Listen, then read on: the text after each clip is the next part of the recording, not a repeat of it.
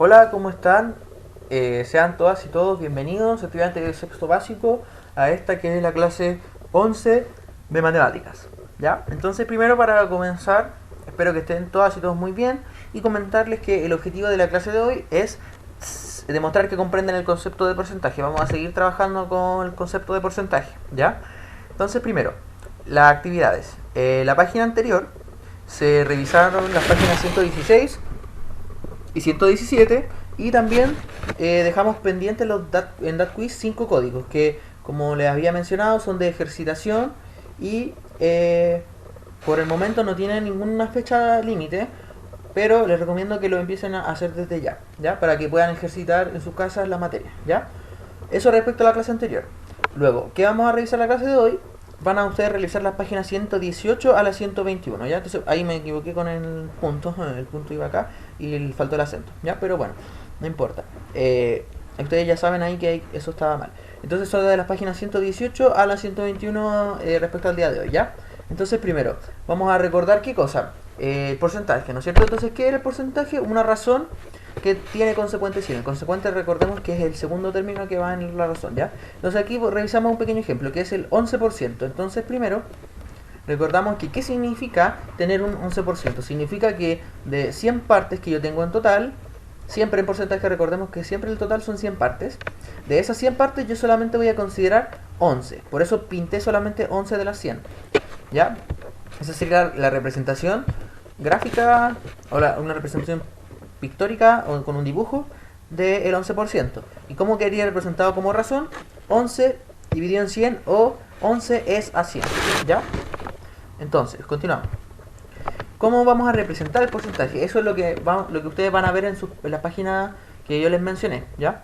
Entonces, ¿cómo representamos? Como dice ahí, podemos representar un porcentaje como una razón, una fracción irreductible, eso significa que no se puede reducir, que no se puede simplificar, o como decimal. Entonces vamos a revisar este ejemplo, ¿ya? Primero, tenemos que acá nos mencionan que tenemos una botella a la mitad, es decir, que tiene un 50% de su capacidad, ¿ya?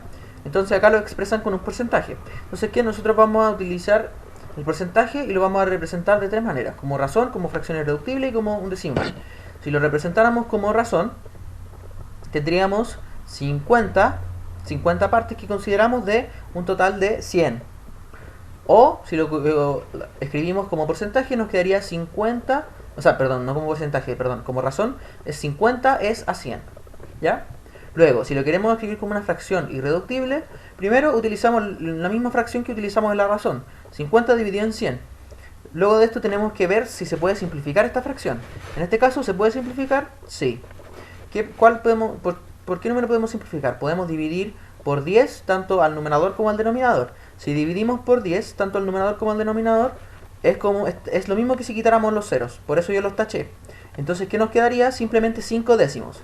¿Podemos volver a simplificar los 5 décimos? Sí. Dividiendo ahora por 5. Entonces quedaría 5 dividido en 5 me va a quedar 1. Y 10 dividido en 5 me queda 2. Por lo tanto, ¿cuál es la fracción? Un medio. Entonces, ahora quiero que entiendan que por qué nos dio un medio. Este es un medio que significa que, como dice acá, la botella está a la mitad. O sea, 1 dividido en 2. A la botella 1 la divido en dos partes. Y solamente la mitad es lo que tiene lleno, ¿ya? Por eso a eso se refiere la mitad, ¿ya? Así que está bien que nos diera esta fracción, que es equivalente al 50%, ¿ya?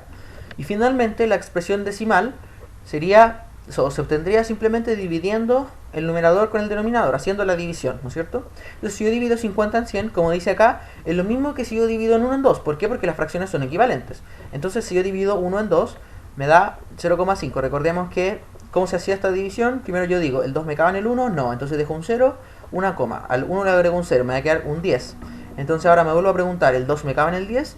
Sí. ¿Cuántas veces me cabe? 5. ¿Por qué? Porque 2 por 5 es 10. Y ahí quedaría la división completada, ¿ya? Entonces aquí ya tenemos las tres representaciones del porcentaje, que son las que ustedes van a tener que trabajar en las páginas, ¿ya? Entonces vamos a ver un segundo ejemplo, que esto es un problema, ¿ya? Que también involucra lo mismo, los porcentajes y sus representaciones, ¿ya? Entonces le leo el ejemplo. Dice, se tienen 400 entradas para vender en un concierto. Sin embargo, este se suspende por un tornado en la ciudad.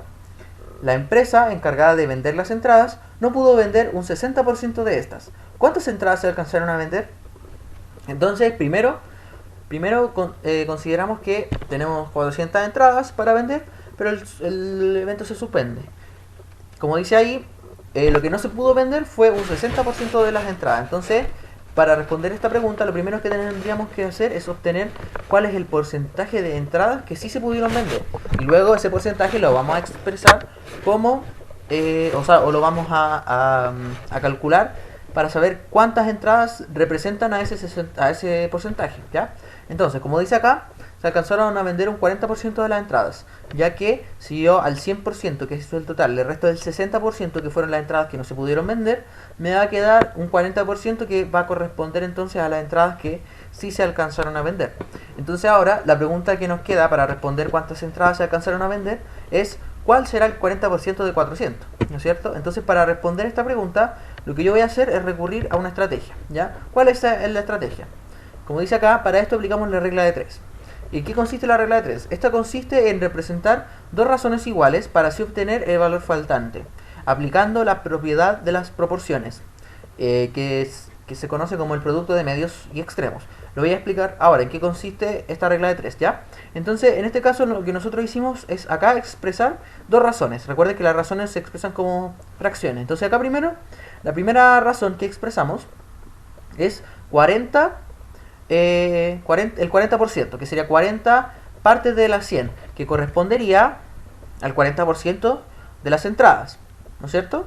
Entonces, aquí estamos colocando que son 40 de 100. De 100 entradas solamente se vendieron 40. Pero aquí recuerden que esto expresa un porcentaje, no quiere decir que justamente son 40 entradas, sino que es un 40% de las entradas, porque recuerden que el total acá no son 100, sino que son 400, ¿ya? Entonces, ¿qué vamos a hacer? Esto es solamente el porcentaje, ¿ya? Entonces, acá expresamos el porcentaje. Entonces, ahora en la otra razón, perdón, tenemos que colocar una razón que sea igual a la primera razón. Entonces, ¿cuál razón será igual? Una razón que tenga como total 400. ¿Por qué? Porque 400 es lo que representa al total de entradas, que sería el 100%, ¿ya? Entonces, en esta columna, en esta parte solamente estamos colocando porcentajes, y en esta parte solamente estamos colocando valores numéricos que son equivalentes a esos porcentajes. Entonces, en este caso, el 100% es equivalente a las 400 entradas, que son el total de entradas. Entonces, la incógnita, que es lo que nos falta determinar, corresponde a cuánto equivale ese 40%. Eso es lo que estamos expresando en esta regla de 3, ¿ya? Siempre se expresa lo mismo. Expreso los porcentajes y expreso los números que yo tengo como datos. Entonces, en este caso, el único dato que nos falta es cuál es el 40% de esas entradas. Entonces, ¿en qué consiste la regla de 3? Consiste en que yo tengo que multiplicar. ¿En qué consiste el producto de medios y extremos? En que yo tengo que multiplicar de manera cruzada.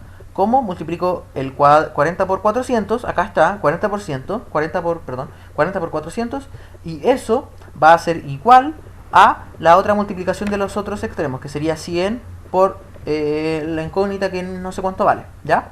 Entonces, para determinar cuánto vale eso, lo que yo tengo que hacer es multiplicar los dos valores y dividirlos por el valor que nos están pidiendo. Siempre hay que hacer eso, chiquillos, apréndanselo de memoria, ¿ya? Eso siempre lo deben hacer. Debo primero multiplicar los valores de los extremos que yo conozco, que en este caso son justo 40 y 400, y luego los tengo que dividir por el valor por el otro valor que conozco, que es 100. Entonces acá está, primero 40 por 400 sería 16.000, y si lo divido en 100 me da que la incógnita es igual a 160, ¿ya? Entonces, les vuelvo a repetir, siempre que quiero encontrar el valor faltante tengo que multiplicar los extremos y los divido en el otro valor que yo tengo, ¿ya? Entonces, por ejemplo, si el incógnito hubiese estado acá, abajo, yo hubiese tenido que multiplicar este número con ese número y lo dividía en este, ¿ya? Eso siempre tienen que hacerlo. Entonces, como dice ahí, por lo tanto se alcanzaron a vender 160 entradas. Entonces, esta incógnita que nosotros obtuvimos, que son los 160, son las entradas que corresponderían al 40% de las 400 entradas, ¿ya? Entonces, bueno, hasta aquí llega la clase. Espero que hayan comprendido, que estén muy bien. Recuerden, las dudas de cada clase las tienen que plantear en el Classroom, dejando comentarios en las clases, ¿ya? Así que eso, que estén muy bien y nos vemos en la siguiente clase. Chao, chao.